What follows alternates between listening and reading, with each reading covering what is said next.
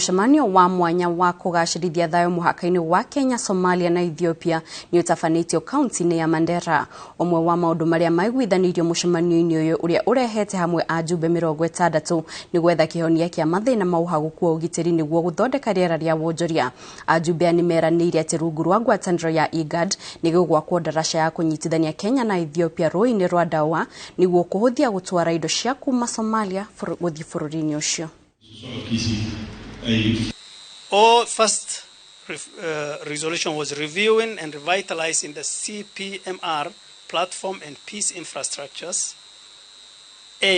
All cross-border meetings by the local administrators, county government, and civil society organizations will be undertaken under the auspices of IGAD CPMR platform to enhance peace, security, trade, and people's movement. The cross-border administrations agreed to consult their member states and IGAD to fast-track the construction of a bridge at Malkasuftu, that is the River Dawa, and the opening up of the Kenya-Somali customs border.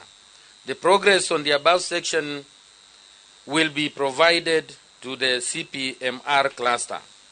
On cross-border trade and population movement, IGAD will capacity build and sensitize the residents on the cross-border trade framework and transhuman protocol, among others, aimed to facilitate movement